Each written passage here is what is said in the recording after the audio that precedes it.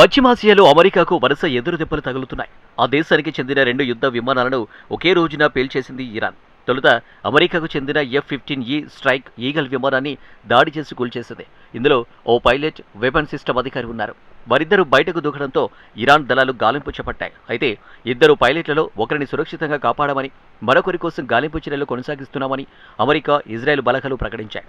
కాగా అమెరికాకు చెందిన F-35 యుద్ధ విమానాన్ని తాము కూల్చివేసినట్లు ఇరాన్ ముందుగా పేర్కొంది. అయితే ఇరాన్లో కూలిపోయింది F-15E స్ట్రైక్ ఈగల్ యుద్ధ విమానమని అమెరికా ప్రకటించింది. మరోవైపు హర్ముజ్ సమీపంలో A-10 వార్థక్ ఫైటర్ జెట్ను ఇరాన్ కూల్చేసింది. దీని శకలాలు కువైట్లో పడగా అందులోని పైలట్ సురక్షితంగా బయటపడ్డారు.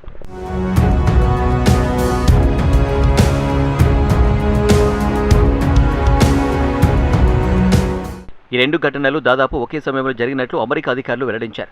ఇరాన్ గగనతల వ్యవస్థలను ధ్వంసం చేశామని అమెరికా, ఇజ్రాయెల్ చెబుతున్న వేళ తాజా ఘటనలు చర్చనీయాంశమయ్యాయి. అమెరికా అంచనాలకు మించి ఇరాన్ గగనతల రక్షణ వ్యవస్థలు పనిచేస్తున్నాయని భావిస్తున్నారు. మొదటి యుద్ధ విమానంలో గల్లంతైన పైలట్ కోసం 2 బ్లాక్ హాక్ హెలికాప్టర్లు గాలింపు చేపట్టాయి. వీటిలో ఒకదాన్ని పేల్చేశామని ఇరాన్ చెప్తుండగా అవి త్రుటిలో తప్పించుకుని ఇరాన్ గగనతలం నుంచి బయటకు వచ్చేశాయని అమెరికా వెల్లడించింది. ఖుజేస్తాన్ ప్రాంతంలో ఈ ఘటన జరిగినట్లు తెలుస్తుంది. అక్కడ అమెరికా, ఇరాన్ దళాలు ఇద్దరు గల్లంతైన పైలట్ కోసం తీవ్రంగా గాలిస్తున్నారు. వారి జాడ తెలియజేసిన వారికి భారీ నజరాన అందజేస్తామని ఇరాన్ ప్రకటించింది.